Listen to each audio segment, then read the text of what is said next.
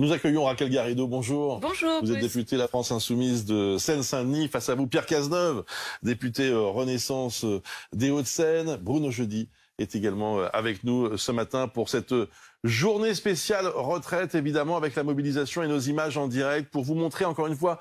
C'est très important parce que dès le matin, là il est un peu trop tôt, mais d'ici peut-être une demi-heure, une heure, on aura peut-être une première idée. C'était le cas le 19 janvier de l'ampleur de la manifestation et de la mobilisation. Raquel Garrido, vous espérez quoi vous aujourd'hui ? Écoutez, c'est une très belle journée. Aujourd'hui, on sait déjà que la journée va être encore plus réussie que le 19. Les indicateurs sur le nombre de manifestations dans le pays sont déjà au vert. Je crois que c'est 255 manifestations tout au long du territoire. Et bon, voilà, c'est un jour où les Français relèvent la tête, notamment les femmes. Voilà, moi je dis aux femmes, c'est le jour de se manifester, c'est le jour de se mobiliser.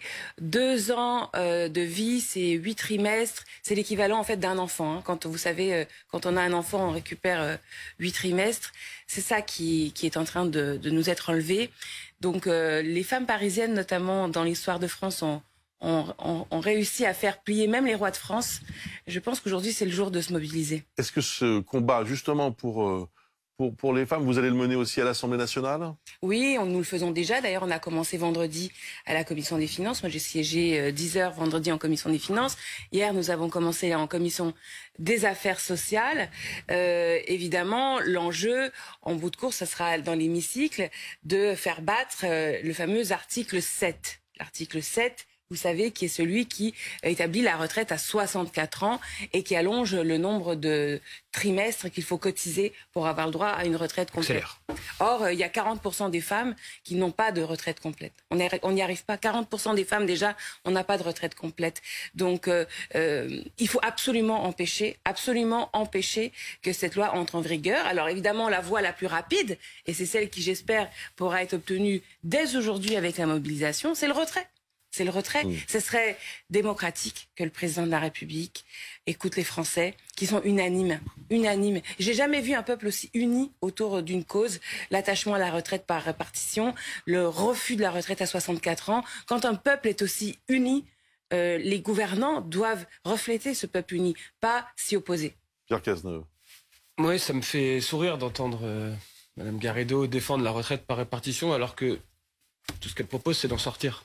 Parce que ce que la LFI propose, c'est le retour à 65 ans, c'est 85 milliards de déficit par an, c'est 2300 milliards, c'est l'équivalent du PIB français en dette d'ici 2050, hein, dans les grandes masses, financé par du coup de la dette, financé par de l'emprunt.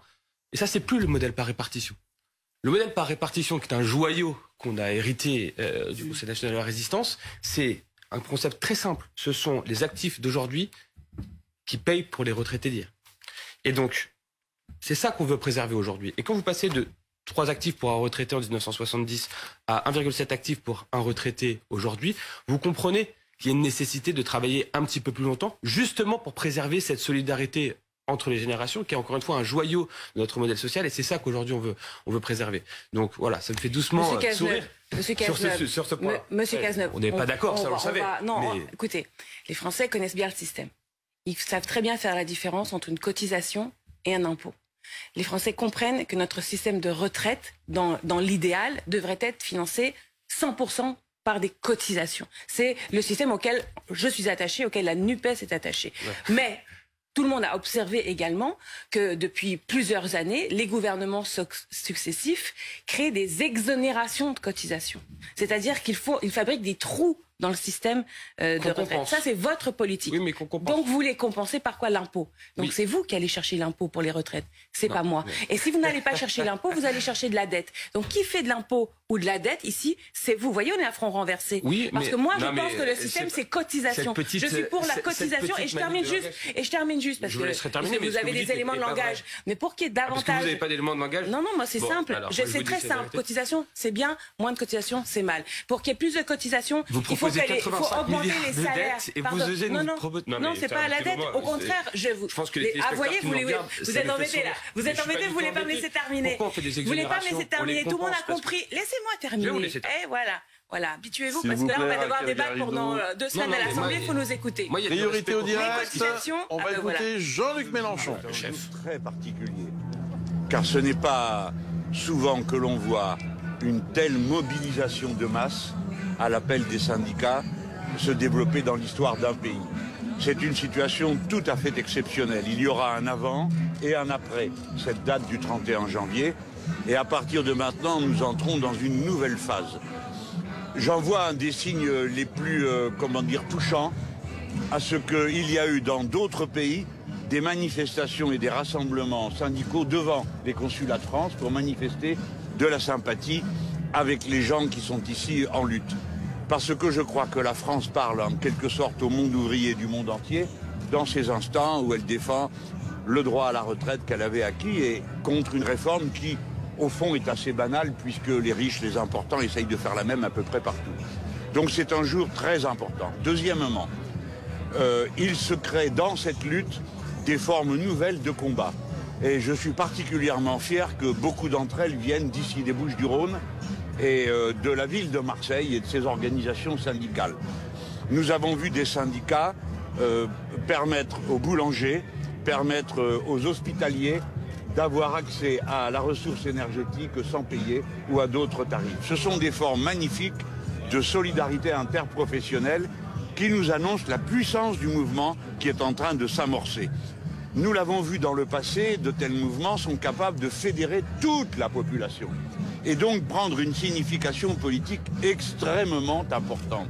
Ce n'est donc pas une journée de grève générale comme les autres que nous voyons, ce n'est pas seulement une journée ordinaire de manifestation. C'est en quelque sorte une forme d'insurrection citoyenne de la masse de notre peuple qui proteste contre le fait qu'on veuille lui retirer cette chose si facile, si simple, que le droit à mener une existence humaine et donc à cesser le travail à partir d'un certain âge parce que le corps, l'esprit, les nerfs, tout est usé, mais que l'on peut se rendre utile de 1000 manières encore à la société. Voilà ce que nous sommes en train de vivre. Une journée historique. Monsieur Macron est certain de perdre. Tout ce qu'il est en train de faire, c'est de nous faire perdre du temps à tous, de l'énergie et de l'argent. Sa réforme, personne n'en veut. Plus les jours passent, plus l'opposition augmente. Et lui, plus il monte le ton. Voilà maintenant qu'il nous menace d'une dissolution. Mais je lui dis quasiment dans un éclat de rire, eh ben chiche pour voir. Votons pour une fois, pour savoir si nous voulons de cette retraite à 64 ans ou si nous n'en voulons pas. D'ailleurs, lundi, nous défendrons devant l'Assemblée nationale la motion référendaire. Et je mets au défi les autres partis d'opposition et même une partie des députés de la majorité. Puisque notre peuple n'en veut pas, demandez-lui démocratiquement ce qu'il faut faire, c'est-à-dire en faisant ce référendum. Ainsi, nous avons tous les moyens pour régler pacifiquement, tranquillement et démocratiquement cette question. Le seul obstacle porte un nom, c'est monsieur... On a compris. De là, tout se passerait tranquillement. Vous avez entendu le ministre de l'Intérieur qui dit que la gauche provoque la bordélisation du pays. Qu'est-ce que vous lui répondez? D'abord qu'il pourrait commencer par faire un effort dans son expression. Je ne crois pas que ce soit une bonne façon de parler pour un ministre de l'Intérieur que d'afficher de la vulgarité pour se donner un air populiste. Ensuite, je lui fais la remarque que c'est eux qui désorganisent tout. Et je le redis, nous avons une issue pacifique et démocratique. Les députés de la NUP ont déposé une motion référendaire qui sera défendue lundi prochain. Si nous voulons arbitrer démocratiquement le conflit qui nous oppose, alors faisons voter les Français. Nous avons une arme démocratique à notre disposition pour précisément régler les conflits. La démocratie, c'est pas un moyen d'étouffer ou de faire dire la même chose à tout le monde. C'est au contraire, quand tout le monde ne dit pas la même chose, le moyen de régler le différend. Eh bien, lundi prochain, je mets au défi les autres partis qui se disent d'opposition d'adopter la motion référendaire qui va être déposée par la NUP. Car alors, c'est le peuple qui choisira. Alors, qui crée le désordre? Eh bien, M. Darmanin, M. Macron, Mme Borne, qui sont les obstacles à ce que le peuple français puisse s'exprimer. Monsieur Mélenchon, là, on voit qu'il y a de plus en plus de monde qui se rassemble sur le Vieux-Port. Vous vous attendez à combien de personnes pour manifester à Marseille et à l'échelle nationale? Je crois qu'il y aura vraiment partout beaucoup de monde, c'est-à-dire plus que la dernière fois. Naturellement, il ne faudra tenir aucun compte des soi-disant officines qui font des comptes et qui sont purement grotesques, puisque la fois d'avant, ils s'étaient trompés de rue. Ils sont donc allés compter dans une rue vide. Et c'est des gens pareils qui sont cités le lendemain. Non, ce qui compte, ce n'est pas l'impression qu'on peut avoir, c'est la réalité que nous connaissons tous. Que nous soyons militants politiques de quelque bord que ce soit, journalistes de quelques médias que ce soit, nous savons qu'il se passe quelque chose dans le peuple français qu'on connaît, parce que de longue date, c'est un peuple qui a remué, qui a affirmé son dynamisme politique. Donc on le connaît, le peuple français, on sait qu'il est en mouvement. Monsieur Macron ne peut rien contre ça. Il ne lui reste qu'une chose à faire, accepter qu'on vote, que ce soit le peuple lui-même qui vote, qu'il y ait le référendum qui sera proposé lundi prochain. Je l'adjure d'entendre la voix de la raison. Mais je lui dis que s'il ne l'entend pas, ce qu'il va voir va dépasser tout ce qu'il a déjà vu dans le passé en matière d'auto-organisation populaire. Si ici, dans les Bouches-du-Rhône, le syndicalisme a été capable d'imaginer une manière de distribuer gratuitement de l'énergie, si les travailleurs des différentes branches marquent des solidarités interprofessionnelles comme ils sont en train de le faire, je sais que progressivement ils se mobiliseront toujours davantage dans cette voie. Et que c'est pas parce qu'on manifeste aujourd'hui qu'on ne manifestera pas demain. Et que c'est pas parce que la grève générale est pour aujourd'hui qu'elle ne sera pas encore pour demain et après-demain. Et ce week-end, vous étiez dans le Val d'Oise, vous avez appelé à une nouvelle mobilisation en week-end. Ce serait prévu pour quand? Moi j'espère que les syndicats ont la commande de l'action, mais c'est une bonne chose. Pourquoi? Parce que le cœur de la lutte est dans les entreprises. Et évidemment, il faut que les entreprises du CAC 40 et les autres très puissants comprennent qu'il va leur en cuire de nous tenir tête. Et tout le monde va perdre quelque chose. Les travailleurs perdent dans leur salaire et les patrons des grandes entreprises vont perdre dans leurs bénéfices. C'est pourquoi le cœur de la lutte est dans le salariat. Mais notre devoir à nous, politiques, est de rassembler le peuple, c'est-à-dire ceux qui ne sont pas dans les entreprises, aussi bien les chômeurs, les retraités et les étudiants. En particulier, j'attire l'attention de tout le monde sur l'importance des mobilisations de la jeunesse. Qui plus est, la violence de la répression est une séance d'éducation populaire de masse. Ainsi, les jeunes gens apprennent que ce pouvoir est violent, qu'il est méprisant pour le peuple et dur pour la jeunesse. Ce n'est pas que la jeunesse ait tout le temps raison, mais ce qui est sûr, c'est que ceux qui la répriment par la violence ont toujours tort. Et dans l'histoire, ça s'est toujours montré comme ça. Donc voilà les conditions dans lesquelles nous devons chacun remplir notre devoir.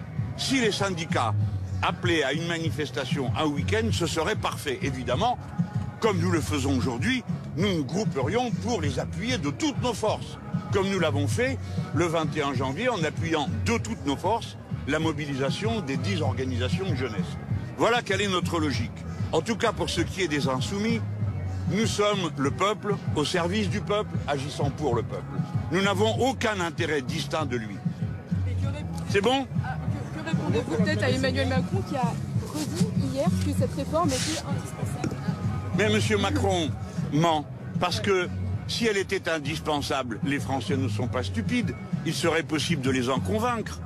Mais tout le monde sait que M. Macron a essayé de détruire la retraite par répartition en 2019, donc personne ne le croit quand il dit qu'il veut sauver ce régime. Deuxièmement, quand il explique qu'il va y avoir un déficit dans 10 ans ou dans 15 ans, tout le monde rigole. Il n'est pas capable de savoir ce qui va se passer la semaine prochaine en matière d'économie. Alors d'où lui vient cette science infuse dans 10 ans ou dans 15 ans? Et puis apparemment, il n'y a que lui qui pense ça, puisque même ceux qui s'occupent du régime de retraite disent qu'il n'y a pas de danger. J'ajoute que quand même, quand on en est à la 2e année de bilan positif du régime des retraites, il faudrait peut-être attendre un autre moment pour aller expliquer aux gens que c'est la famine et la ruine. Hein. Tout ça ne tient pas debout. Il le fait pour une raison idéologique. Cet homme ne croit qu'à une chose, la société de marché. Donc il obéit à la Commission européenne et il essaye de créer, d'encourager le marché des plans épargne retraite. Mais il faut que tous les Français sachent que c'est une escroquerie, puisqu'au bout du compte, tout ce que des gens cotisent pour payer leur retraite au compte épargne retraite est retiré de leurs impôts. Alors c'est vous autres, benets, qui payez pour cela. Là, vous avez un bon régime, gardez-le, il fonctionne très bien. Et M. Macron nous ment à tous. C'est grave pour un chef d'État de mentir dans une période pareille. Après tout, il pourrait s'occuper d'autres choses, par exemple de remettre d'aplomb l'hôpital ou l'école et toutes les autres choses qu'il a détruites. Voilà. Merci beaucoup. Allez-y. Jean-Luc Mélenchon, donc à Marseille, dans le cortège sur la Canebière, donc pour cette manifestation contre la réforme des retraites. Je voudrais vous montrer aussi cette image à Boulogne-sur-Mer. Le cortège a pris un itinéraire qui n'était pas prévu et se retrouve face à un cordon de police. Alors, pour l'instant, la situation est assez calme, mais évidemment, on voulait vous montrer aussi cette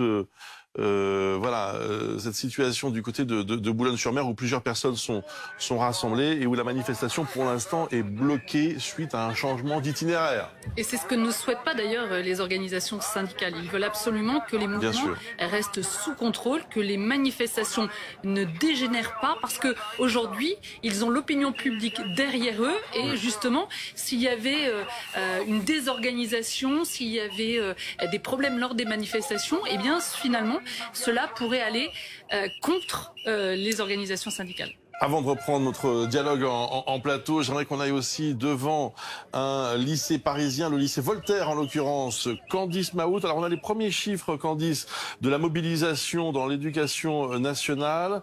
Je suis en train d'essayer de retrouver ça au moment où je vous parle. 55% de grévistes parmi les professeurs de collège et lycée selon le SNES FSU. Candice. Effectivement, et ici, au lycée Voltaire, il n'y a pas de cours. Hein. On est justement devant un lycée bloqué avec des barricades, des poubelles et des drapeaux, vous voyez. Alors, il y a plus grand monde, on va pas se mentir. C'est parce que c'est ce matin tôt qu'il y avait quoi, une cinquantaine de lycéens. Je suis avec Colin Champion, qui est président de la ville, de la voie lycéenne, pardon. C'était à peu près ça ce matin? C'est ça, et là, tout le monde se dirige vers la manif. On est resté pour vous un peu pour l'interview. Et l'idée, c'est que, au lycée Voltaire, avec la voie lycéenne, des camarades qui n'étaient pas forcément du lycée aussi, on est venu là soutenir ce blocus qui était un peu compliqué. Donc, c'était un peu l'idée aussi. Et puis, on a annoncé les chiffres de la mobilisation tout à l'heure. 200 lycées bloqués, plus de 300 mobilisés partout en France. Nous, on pense que c'est une grande réussite parce que quand on voit le 19 janvier, déjà, le nombre de jeunes qui étaient dans les cortèges, c'était déjà une belle image. Et là, aujourd'hui, c'est encore plus fort. Donc, ce qu'on dit, c'est qu'on lâchera pas, que ce gouvernement, Elisabeth Borne a beau dire que la réforme des retraites est plus négociable, on va lui montrer dans la rue que si, elle sera encore négociable et que c'est nous qui allons décider de ça par la rue. Mais depuis quand la retraite, c'est une affaire de jeunes? Depuis qu'un lycéen sur 3 travaille, depuis que on nous sélectionne à l'entrée de l'université, qu'on nous précarise quand on est étudiant, qu'on baisse les moyens dans l'éducation, c'est tout ça en fait. Et la mobilisation contre la réforme des retraites, c'est aussi une confrontation des projets de société. Les jeunes, ils en ont marre d'être sélectionnés, d'être précarisés, de subir la casse des services publics. Et à côté de ça, on a ce gouvernement qui veut nous faire travailler encore plus tard, alors qu'on a des conditions de vie et d'études qui sont de plus en plus difficiles. Donc on est là pour le dire, pour redire au gouvernement qu'on sera dans la rue jusqu'au bout. Et donc à l'intersyndicale, on décidera de la suite, mais dans tous les cas, on lâchera pas. Donc on va aller retrouver tous ces jeunes gens dans le cortège dont certains sont déjà partis, direction Place d'Italie. Merci beaucoup, Candice Mahout. Alors j'aimerais, puisqu'on approche de 11h et on va devoir libérer Monsieur Cazeneuve, revenir sur les débats qui sont assez chauds, il faut bien le dire, du côté de l'Assemblée nationale. Et c'est vrai que on voit bien qu'à partir du 6 février, c'est là aussi que va se jouer cette bataille. Alors Monsieur Cazeneuve, vous avez surpris hier en commission des affaires sociales en utilisant une expression peut-être inattendue. Regardons ensemble. C'est ça aujourd'hui qu'on dit. Tous les déficits, on va avoir cette discussion pendant 3 jours ici en commission sur à partir de quand on doit faire des efforts. Mais tous les déficits, les 1000 milliards dont on parlait à l'horizon 2050, si on ne commence pas aujourd'hui à s'en préoccuper, c'est ma génération, notre génération, M. Laporte, qui va avoir à les payer in fine. Mais c'est vrai, c'est ça la seule. Et mon grand-père disait quelque chose que j'aimais beaucoup, il se dit, quand on se fait pipi dessus, on n'a jamais chaud longtemps. Eh ben, arrêtons de nous faire pipi dessus et commençons à agir maintenant pour résoudre ces déficits. Très bien. J'ai pas compris, en fait. Qu'est-ce que vous vouliez dire On a aujourd'hui un sujet de responsabilité. Ça revient à ça. Ouais. Et donc, tous les gens, et à commencer par Jean-Luc Mélenchon, qui nie la réalité en disant qu'il n'y a pas de problème, ils reportent la dette, ils reportent les déficits sur ma génération. Ouais. Si on ne fait pas de réforme aujourd'hui, on va accumuler les déficits, et qui va les payer? C'est moi, c'est vos enfants, c'est mes futurs enfants aussi. Donc c'est ça. Et en fait, je pense qu'il y a vraiment un combat générationnel par rapport à ça, et c'est extrêmement important en termes de responsabilité, la responsabilité que vous avez par rapport à la génération qui suit. sur quel modèle vous leur laissez. Et moi, je crois qu'il y a des sondages absolument hallucinants sur les jeunes de ma génération. Je crois qu'il y a 3 jeunes sur 4 aujourd'hui qui pensent qu'ils n'auront pas de retraite au moment où ils arriveront à l'âge de partir. Parce que, et quand Jean-Luc Mélenchon dit « mais il n'y a pas de problème de financement, Monsieur Macron ment, etc. » Même le corps. Mais vous vous rendez compte à quel point c'est grave que dans une expression publique, un responsable politique du niveau de Monsieur Mélenchon remette en cause la réalité du financement du modèle de retraite. Mais il a dit il n'y a pas de danger. Or, c'est exactement ce que dit le corps. Non, il n'a pas dit il n'y a pas de danger. Il a dit, j'ai bien écouté, il a dit il n'y a pas de danger parce que c'est sur la base de ce prétendu danger que depuis un mois, vous essayez d'arnaquer les Français sur la question des retraites. Mais revenons sur la question du déficit, Monsieur Cazeneuve. Je vous l'ai dit tout à l'heure.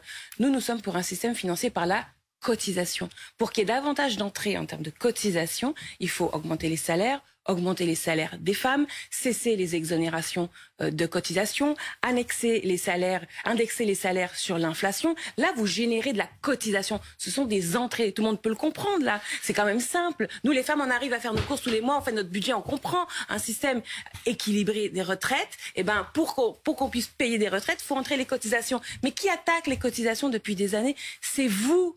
C'est votre système à vous. Et après, vous dites, mais on compense par l'impôt. Mais justement, qui paye l'impôt dans votre système à vous? C'est les Français. Vous voulez faire payer les Français et les entreprises. Mais c'est le système de retraite, c'est les Français qui payent les retraites des Français. On est super attachés à ça. C'est pas un problème pour nous. Vous qui savez très bien compter, votre projet 60 ans, 85 milliards de dettes par an. Vous pouvez augmenter les cotisations? Non, c'est des cotisations. 85 milliards que vous faites peser sur 30 millions de personnes. Moi, je veux bien qu'on parle du projet de retraite à 60 ans avec 40 annuités, qui est effectivement le projet de la France insoumise. Mais convenez avec moi que c'est pas ça qui aujourd'hui est soumis à l'Assemblée nationale.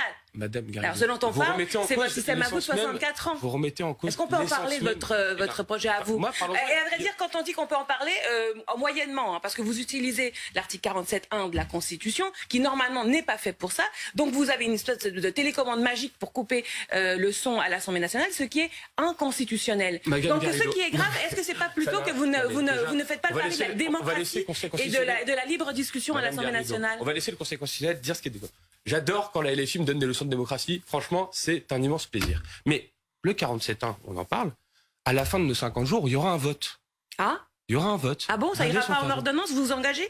Bien sûr qu'il y aura un vote. Vous prenez l'engagement qu'en cas de CMP non conclusive, bien sûr que oui, il y aura un vote. Donc vous n'utiliserez pas l'article 47.1 pour les ordonnances. C'est pas à moi. Et ça passera, Bruno Jeudi? La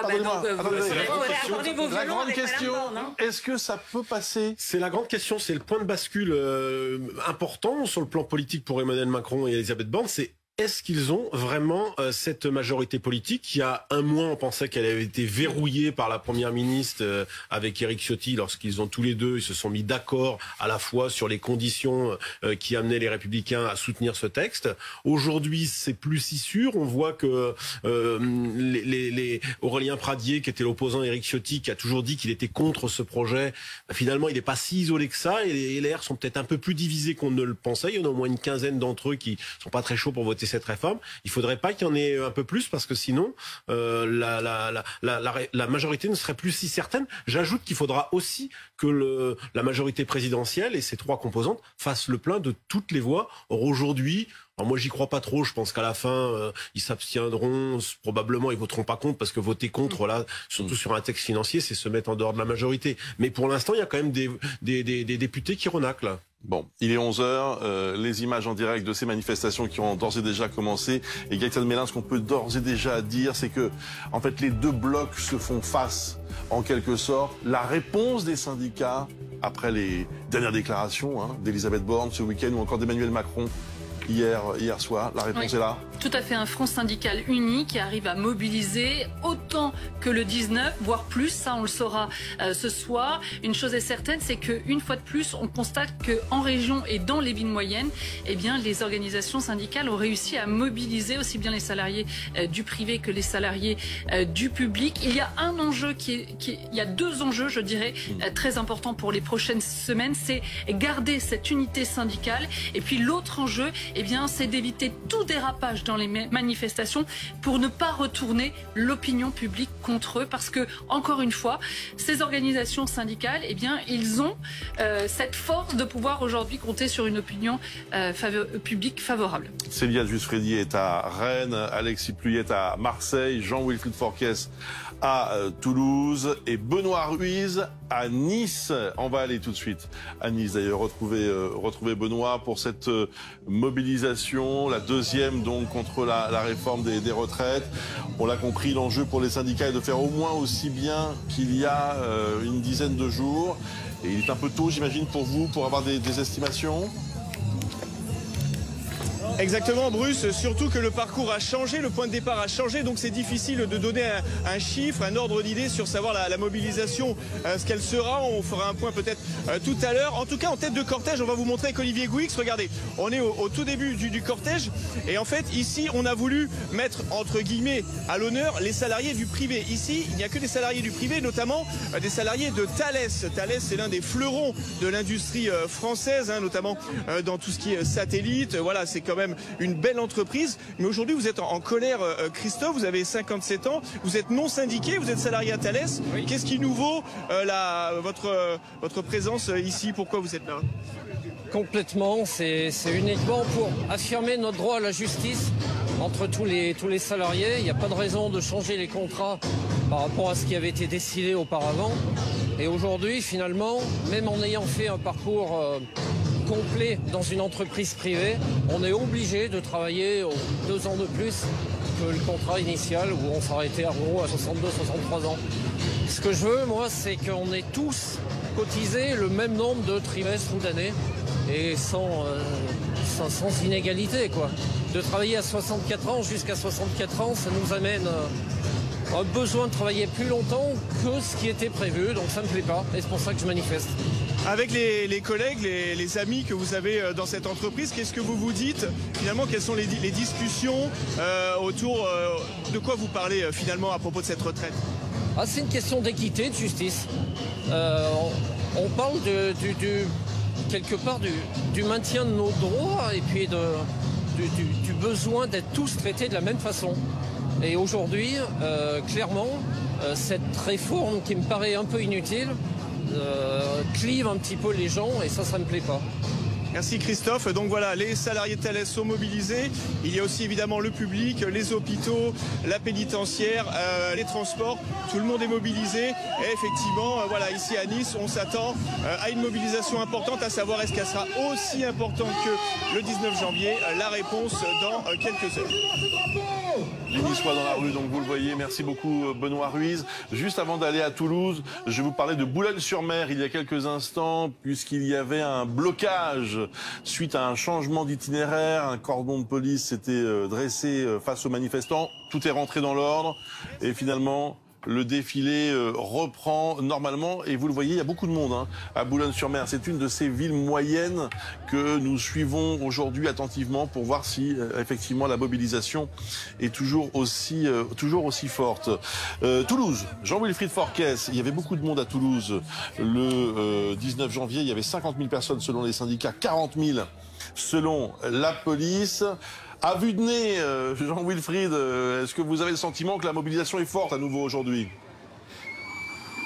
Eh bien écoutez, avec Jean-Marc Lucas, nous avons parcouru la totalité du cortège. Il s'étend sur plusieurs kilomètres. À l'heure qu'il est, nous sommes arrivés dans le centre-ville de Toulouse. Nous sommes boulevard de Strasbourg et le cortège est encore de l'autre côté de la Garonne. On a dû enjamber le pont des Catalans. Le cortège est encore, passe à peine, vient de quitter à peine Saint-Cyprien. L'unité, vous la voyez. Jean-Marc va vous montrer FSU, Force ouvrière, la CGT évidemment dans la rue. Et nous sommes avec Marie-Cécile Péria, bonjour. Bonjour. Vous êtes dans la rue. Est-ce que les enseignants, vous représentez les enseignants, est-ce qu'ils se sont mobilisés sur second round? Oui, alors on a des gros taux de grévistes à nouveau, historiques, parce que c'est quand même pas si souvent, même dans un milieu mobilisé, qu'on a des taux à ce point-là.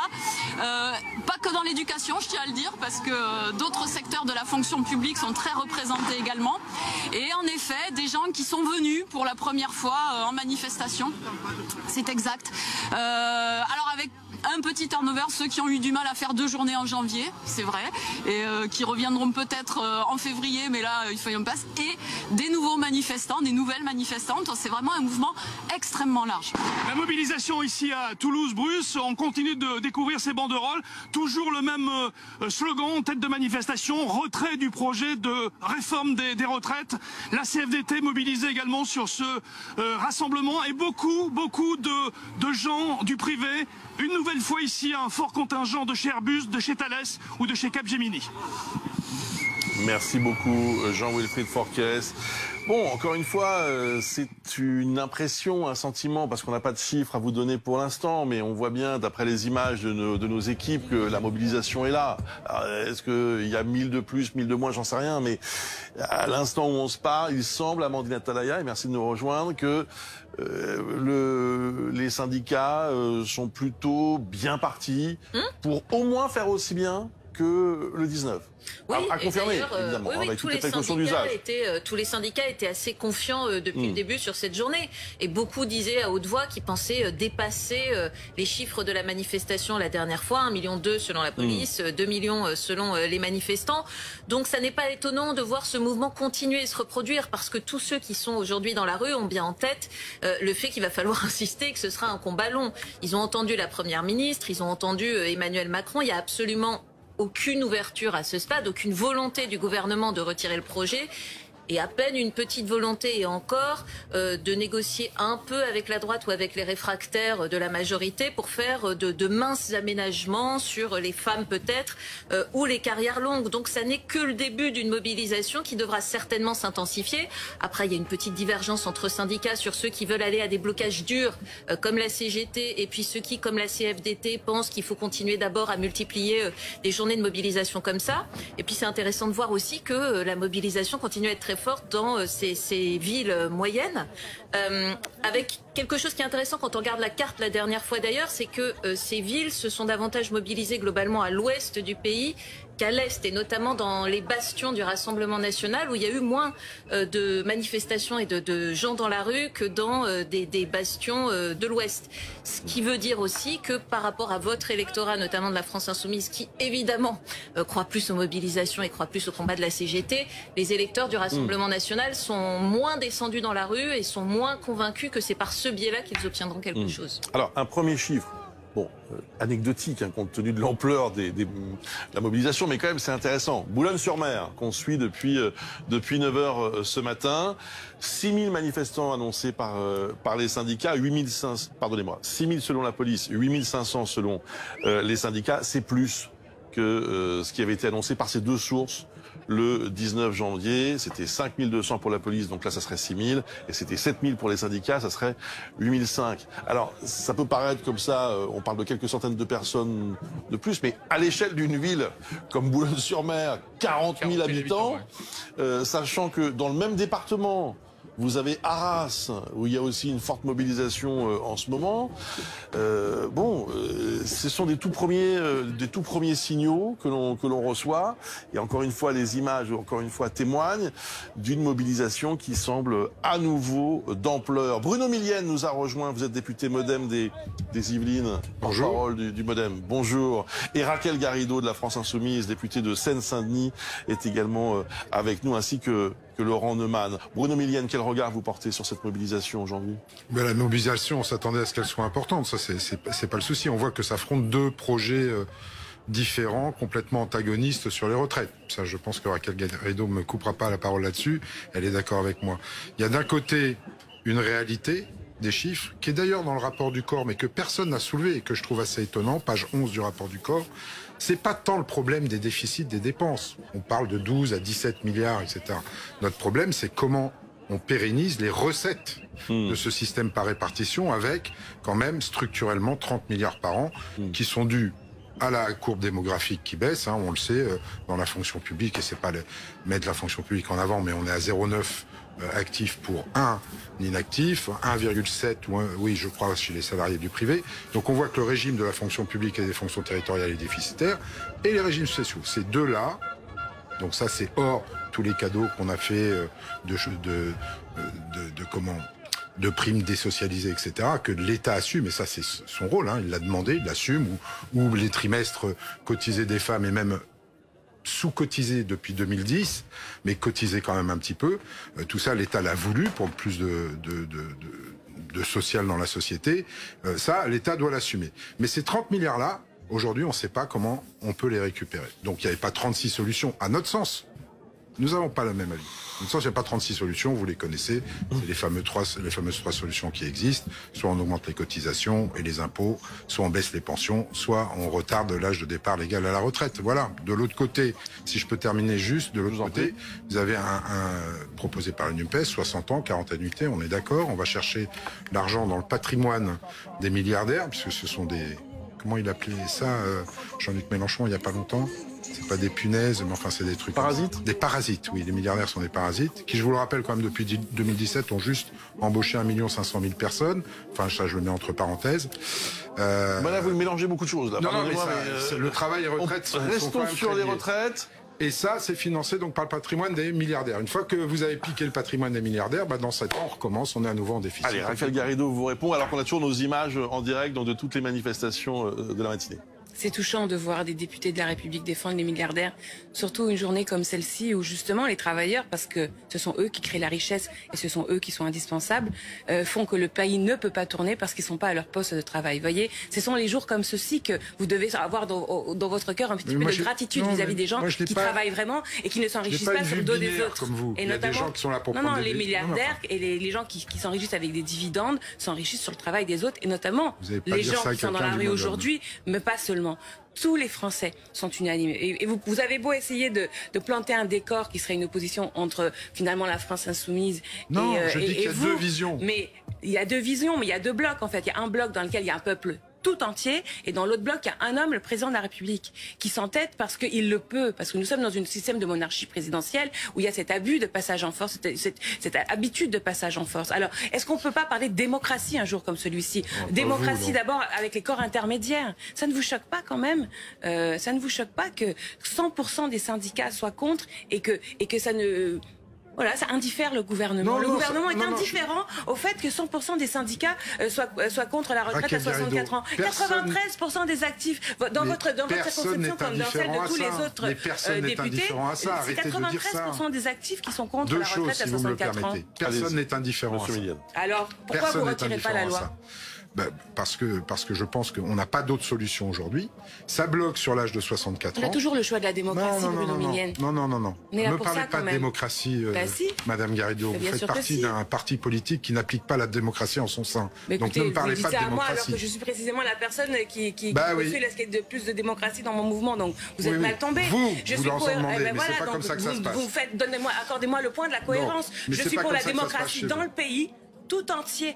Et bien sûr, les gens qui nous regardent à la maison, quand ils vont voter aux élections, ils s'attendent bien à ce que les représentants représentent, c'est-à-dire présentent à nouveau la volonté générale. Laissez-moi répondre. Oui, nous sommes favorables à cette retraite en responsabilité, parce que 30 milliards par an de déficit structurel en 2050, c'est pas loin des 500 milliards, entre 500 et 1000 milliards, en plus des déficits qui vont se creuser sur les dépenses. Ça a été mis sous le tapis, et vous le savez très bien, à la fois par le corps et à la fois par les précédents gouvernements, ce déficit structurel sur les recettes. Vous attaquez au corps. Mais non, mais c'est dans le rapport. Mais écoutez, je m'attaque pas au corps, c'est dans le rapport. Vous avez une lecture partielle du rapport. Vous venez de dire que le corps a mis sous le tapis une certaine donnée. En accord avec les gouvernements depuis longtemps. Il n'y a que vous qui savez, les Français tout entiers, les scientifiques, les chercheurs, les économistes. Tout le monde dit que le système n'est pas en danger. Non, pas tout le monde déjà. Si, pardon, le corps est quand même très clair là-dessus. Il n'y a pas de danger du système. Si, sur les recettes, si. Page 11 du rapport du corps. Et puis à l'Assemblée nationale, nous défendons depuis vendredi un tas d'amendements où nous proposons des recettes nouvelles. C'est nous qui proposons des recettes nouvelles. Vous vous y opposez. Vous avez voté contre systématiquement tous les amendements qu'on a fait. Par exemple, je vous en donne un tout simple. On a proposé que les entreprises qui ne respectent pas leurs obligations en matière d'égalité hommes-femmes, ces entreprises-là dont vous ne pouvez pas quand même les soutenir, au moins qu'elles ne soient pas exonérées de cotisations sociales. Est-ce que c'est vraiment une position, un amendement de repli et même ça vous l'avez refusé. Donc, de toute façon, vous n'êtes pas pour les recettes nouvelles. Vous n'êtes pas pour que la cotisation finance le système des retraites, alors que nous, si, Là, on est vraiment à front renversé. C'est vous, avec vos exonérations de cotisations, qui provoquez des trous dans le système, dans le budget de l'État. Mais vous faites quoi des régimes spéciaux et du déficit structurel de la fonction publique? 30 milliards par an. Par rapport au tout. 30 milliards, c'est marginal, Madame Garrido. Bien sûr, c'est marginal, 30 milliards. Mais non, arrêtez. Alors, pour essayer de bien comprendre encore une fois ce qui est en train de se passer, au-delà des images fournies par les reporters de BFM TV, vous le voyez en direct, 250 points de rassemblement aujourd'hui, notamment à Foix, dans l'Ariège, où nous retrouvons le maire de Foix, monsieur Norbert Meller. Bonjour, monsieur le maire. Bonjour à toute l'équipe de BFM. Merci d'être en direct avec nous, maire PS, je le signale, de Foix. Alors, ça avait été assez surprenant quand même, le nombre de manifestants le 19 janvier, parce que la ville, c'est quoi? C'est 9700 habitants, la ville, c'est bien cela? Oui, un petit peu moins de 10 000 selon les statistiques. Très bien. Et combien de personnes avaient manifesté le 19 janvier? Bon, ça reste la guerre des chiffres. Je pense que nous étions autour de 10 000 à peu près. Il a été annoncé 11 000, 12 000. Je pense qu'on devait être autour de 10 000 en tout cas. Bon, moi, je commence à avoir un peu de bouteille. Quand même, ça a été une des plus grosses manifestations que j'ai vues à Foix ces dernières décennies. Bon, après... le fond du problème dépasse le nombre, hein. Mais c'était une manifestation importante. Oui. Quand même, 10-11 000 personnes pour une ville de 9 700 habitants, c'est quand même pas banal. Aujourd'hui, une manifestation est prévue à nouveau? Oui, c'est prévu. C'est le département qui est venu à Foix. C'est pas que les Fuxains. Bien sûr, bien sûr. De l'Ariège, tout petit, 160 000 habitants. On est franchement des ruraux. Oui, cet après-midi, il fait un temps merveilleux, un temps magnifique. Il faisait moins 4 ce matin. Et là, on sera autour de entre 5 et 10 degrés. Ça va être vraiment sympa cet après-midi, oui. Je pense qu'il y aura aussi du monde. Après, je suis incapable de vous dire combien il y aura de personnes, hein. Mais ouais, il y aura du monde encore cet après-midi.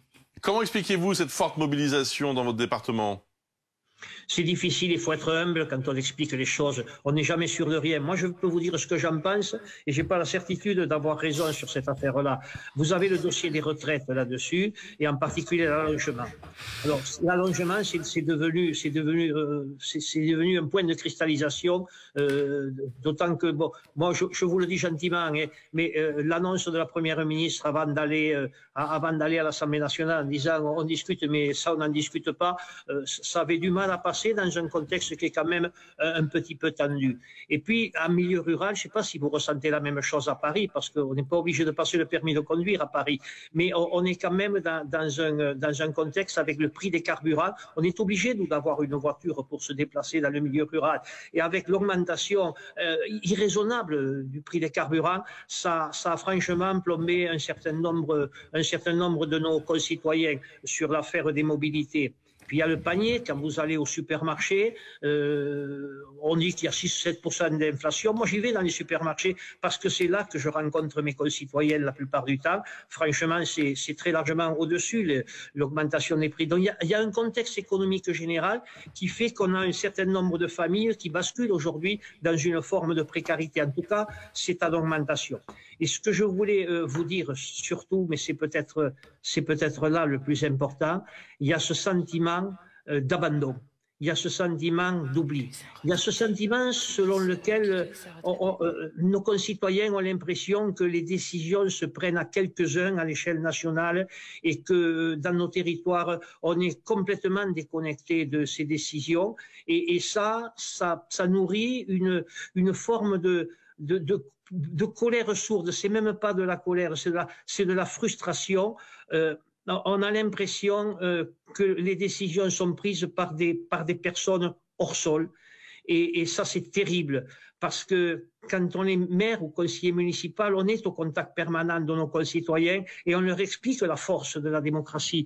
Et quand nos concitoyens ont le sentiment qu'ils se font plumer sans pouvoir avoir de réaction et sans pouvoir avoir pas de l'écoute, mais le fait qu'on les entende à un moment donné sur cette affaire-là, je pense qu'il faut qu'on se reprenne collectivement, au-delà dans la transversalité politique, au-delà de nos sensibilités les uns et les autres, qu'on fasse preuve de sagesse, qu'on se pose. On n'est pas pressé là sur cette affaire de retraite. Franchement, il n'y a pas le feu. On peut prendre le temps qu'il faut. On peut prendre 6 mois, on peut prendre 4 mois, on peut prendre 1 an, se reposer, lever les points de crispation et essayer derrière de construire tranquillement. Alors, je vous parle peut-être un peu en ancien combattant. Vous savez, je suis un élu à mandat unique d'ailleurs, et je ne suis que maire de Foix, mais avec un peu d'expérience quand même. Je pense que maintenant, au-delà des sensibilités politiques, le retour à la sagesse, à la compréhension, au respect tout simplement, à l'humilité, ce sont des points importants qu'il faudrait que nous cultivions quand nous sommes les uns et les autres aux responsabilités, à quelque niveau que nous soyons dans ces responsabilités.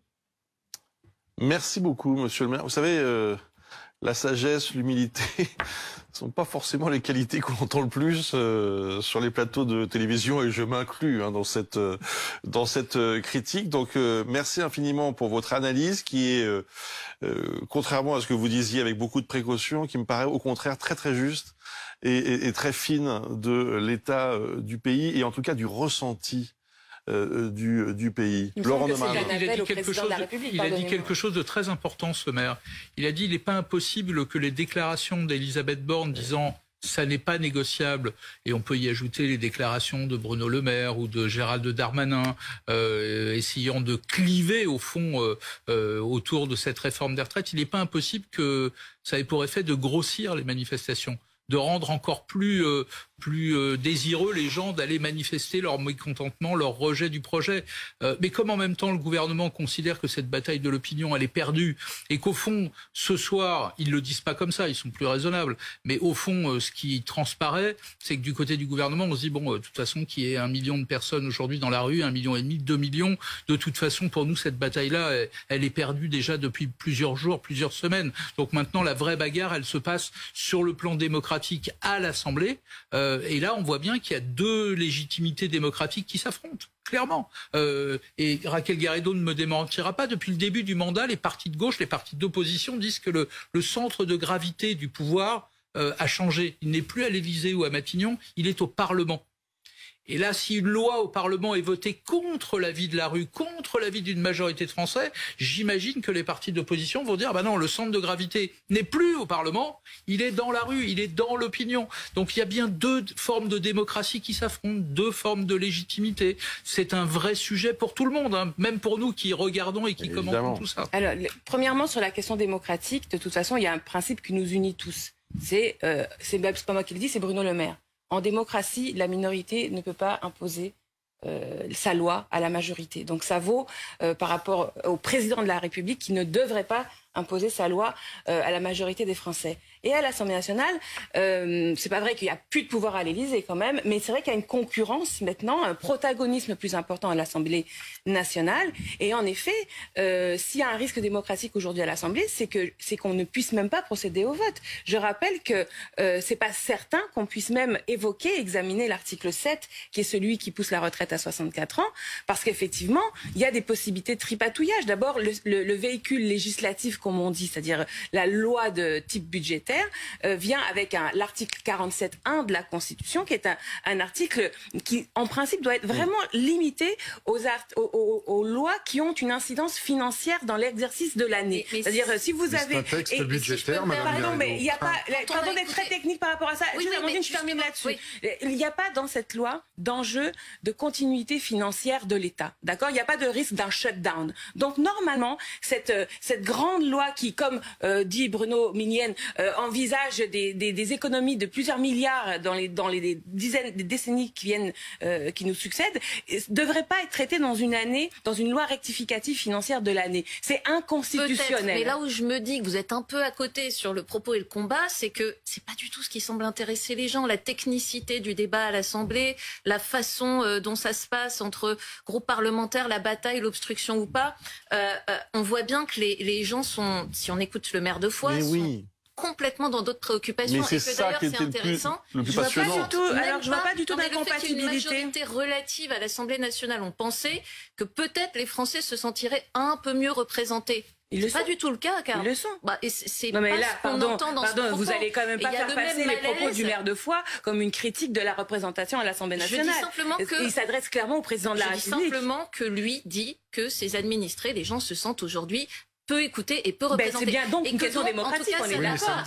On est d'accord que c'est la question démocratique. Et que d'autre part, là où le gouvernement, pour le coup, se trompe, c'est à réduire cette mobilisation à un simple rejet des retraites. C'est bien ça.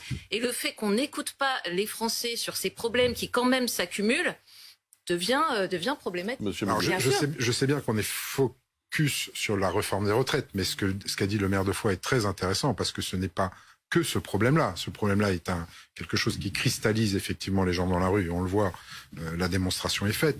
Mais c'est quelque chose dont on parle, en tout cas pour le groupe Modem depuis longtemps, c'est qu'effectivement, il y a ce sentiment qu'on n'a pas réussi à résoudre. Je concède totalement ce sentiment d'abandon dans nos campagnes. D'ailleurs, la meilleure preuve, la mobilisation des petites villes sur ces manifestations-là, c'est pas les métropoles qui se sont mobilisées le plus, en pourcentage par rapport à la population. Donc il y a toute une série de mesures qu'il faut mettre en place. Il y a un texte sur lequel Bruno Le Maire est en train de travailler en ce moment avec nous, qui est la réindustrialisation verte, qui placera à nouveau de l'économie et de l'industrie dans les territoires qui n'en ont plus aujourd'hui, pour redonner de l'économie, et donc du pouvoir d'achat, du salaire, de la vie dans ces diagonales du vide qu'on connaît maintenant depuis 40 ans. Pourquoi? Parce que depuis 40 ans, on a tout métropolisé en promettant un ressac qu'on n'a jamais vu venir. Donc il y a des actions qu'il faut mener. Je dis pas qu'on va y arriver en claquant des doigts, c'est pas vrai. Mais dire qu'on n'est pas conscient du tout de ce qui se passe dans nos campagnes, ce n'est pas vrai. C'est pas ça, mais les Français se demandent pourquoi la priorité a été donnée à ce projet de loi sur les retraites plutôt qu'à essayer de se pencher sur ces problèmes anciens. On avait deux choix. Le maire de Foix dit il n'y a pas le feu. Non, mais c'est assez intéressant parce qu'en fait il dit il y a le feu ailleurs et vous essayez d'éteindre un incendie qui visiblement n'est pas prioritaire. Je veux bien, mais en responsabilité. Moi je vous le dis, après on n'a pas le même avis. On sera jamais d'accord avec Raquel. Sur le timing, juste sur le timing. Le timing, si vous ne le faites pas en début de quinquennat, vous ne le faites jamais. Ah voilà. C'est un premier point. Non mais ça c'est une vraie constante. Deuxième chose, ça fait 30 ans qu'on met la poussière sous le tapis avec cette histoire de recettes. Le système par répartition, c'est les cotisations payent les retraites. Or, depuis 30 ans, les cotisations s'érodent par un simple effet démographique. Vous avez raison.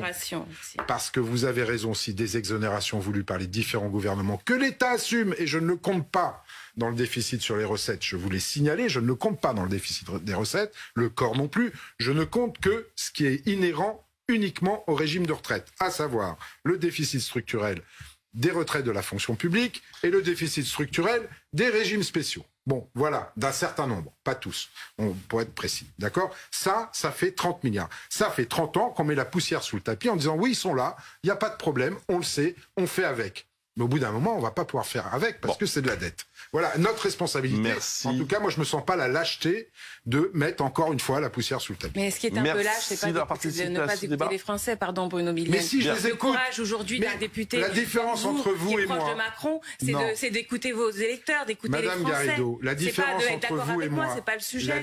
C'est la démocratie. La différence entre vous et moi, c'est que vous poussez les gens encore un peu plus dans la rue. Moi, je les écoute et j'essaye de faire en sorte qu'on ait des textes derrière qui puissent améliorer les choses.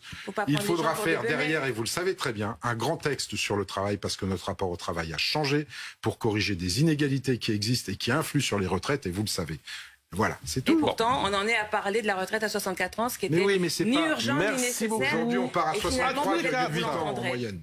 Journée spéciale retraite, ça continue dans un instant, d'abord le temps.